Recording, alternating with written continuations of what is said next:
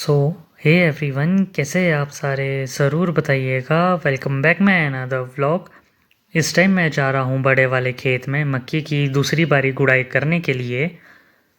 मेरे जो घर वाले हैं वो पहले ही जा चुके हैं। मैं थोड़ा लेट हो गया था खेत में जाने के लिए।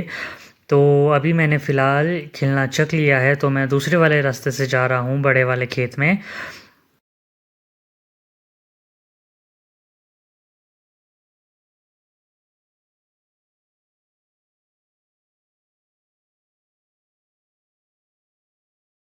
थोड़ी देर के बाद मैं आ चुका था स्टोर रूम के पास, क्योंकि अभी तक छोटा ट्रैक्टर नहीं निकाला गया था बाहर, क्योंकि इसमें अभी कुछ दिक्कत आ रही थी। तो मैं आपको एक बारी दिखा देता हूँ। जो बाकी घर वाले हैं उन्होंने गुड़ाई का काम शुरू कर दिया है।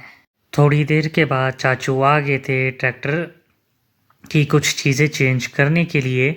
तो बाकी जो घर वाले हैं उन्होंने काम कर दिया था अपना शुरू खेत में गुड़ाई का। तो मैं आपको एक बारी जूम करके दिखा देता हूँ। सारे अलग अलग लाइन में अब अपना काम कर रहे हैं। मेरे को खेत में जाने के लिए उस टाइम मना कर दी थी, क्योंकि घर में कोई नहीं था ओबरे में काम करने के लिए। तो मैं अपना काम छोड़ के आ चुका था पुराने घर के पास। गायों को भूस दिया है खाने के लिए।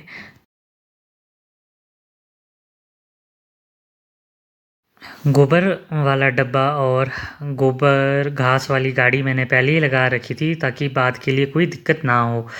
तो जब मैं यहाँ पे थाची में पहुँचा था, एक मेरा कुत्ता और पड़ोस से दूसरा कुत्ता था आया हुआ। तो थोड़ी देर के बाद मैंने अपने कुत्ते को बांधना ही था, सोचा कि चलो इसको थोड़ा लेट बांध दूँ। मैं थोड़ी देर के लिए खड़ा हुआ ही था। थोड़ी देर के बाद ये कुत्ता भी मेरे पास आ गया था। तो इसको काफ़ी अच्छे से ट्रेन किया गया है। इसको शेक हैंड सिट वगैरह भी सिखाया है। तो जो मेरा कुत्ता है ये और दूसरे वाले कुत्ते के साथ खेलना इन्होंने शुरू कर दिया था, जो काफ़ी देर तक चला था।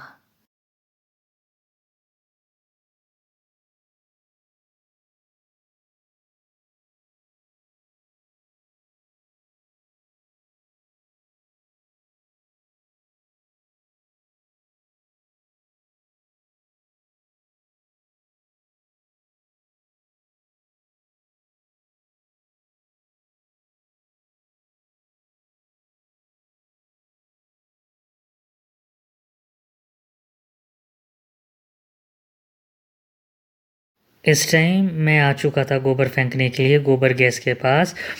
रास्ते के साथ काफ़ी सारा हरा घास जमना शुरू हो गया है। तो 2-3 दिन के बाद यहाँ पे घास काटना शुरू कर देंगे। तो यहाँ पे मेरा हो चुका था काम ख़त्म। गोबर काफ़ी इकट्ठा हो चुका था गोबर गैस के पास। तो इस टाइम मैं जा रहा हूँ वापस। बरसात के टाइम इन रास्तों पे थोड़ा ध्यान देना पड़ता है, क्योंकि गिरने का डर ज़्यादा होता है। और साथ में जो ये पत्थर वाली सीढ़ियाँ हैं इनके ऊपर से भी थोड़ा ध्यान से चलना पड़ता है। यहाँ पे गलगल लगने भी शुरू हो चुके हैं। और इस टाइम मैं चल पड़ा था ड्रम रखने के लिए पुराने घर के पास। जब मैं थाची में आया, गायों को खड़की देना शुरू कर दिया था ताई ने। तो इनको अभी थोड़ी देर पहले हरा घास दिया गया था। तो मैंने नॉर्मली ताई को बोलने चला गया था कि इनको हरा घास पहले ही दे रखा है। तो ताई इस टाइम खड़की ला रहे थे, तो मैंने इनको बताना ज़रूरी समझा। तो इस टाइम ताई चले गए थे बैलों को देने के लिए खड़की।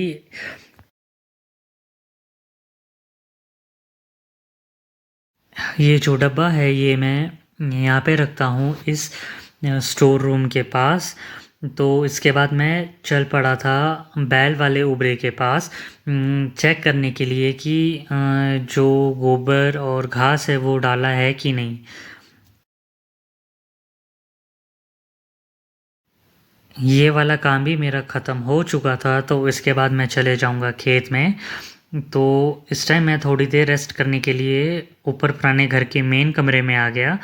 और जो पुराना कमरा है उसमें सामने जो हरे रंग की लकड़ी से बनाया गया है, इसमें बॉल रस्सी अनाज वगैरह रखा जाता है। तो ये है पुराने घर का मेन कमरा।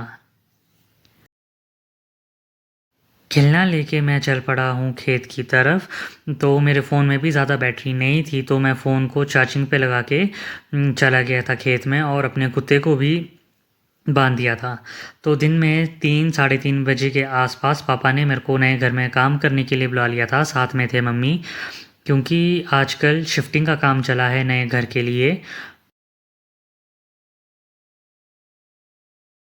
अभी फ़िलहाल किचन की सेटिंग अरेंजमेंट कर रहे हैं धीरे धीरे करके। अक्टूबर से हम रहना फिर स्टार्ट करेंगे। जब मैं अपने रूम जा रहा था तो इस टाइम काफ़ी धुंध थी, और ये जो धुंध है ये मॉर्निंग से लेके शाम तक रहती है। तो बीच बीच में ये धुंध हट जाती है। और शाम के टाइम मैं आ चुका था थाची में काम करने के लिए। लगभग लगभग यहाँ का काम भी ख़त्म होने वाला है। मैं आपको एक बार ये दिखा दूँ, जो बैल वाली जगह है वहाँ पे थोड़ा मुश्किल है काम करने के लिए, क्योंकि वहाँ पे ज़्यादातर कीचड़ ही होता है। तो मैंने ये डब्बा साइड में ही था रखा हुआ, आगे मैं थोड़ी देर के बाद ले जाऊँगा। ताऊ ने भी इस टाइम खड़की काटनी शुरू कर दी थी रात के लिए गाय और बैलों को देने के लिए। और साथ में मम्मी, ताई, भांजी और भाभी थे खड़े। और थोड़ी देर के बाद कज़न ब्रदर भी आ चुका था हम सबसे मिलने। तो मिलते हैं आपसे अगले व्लॉग में।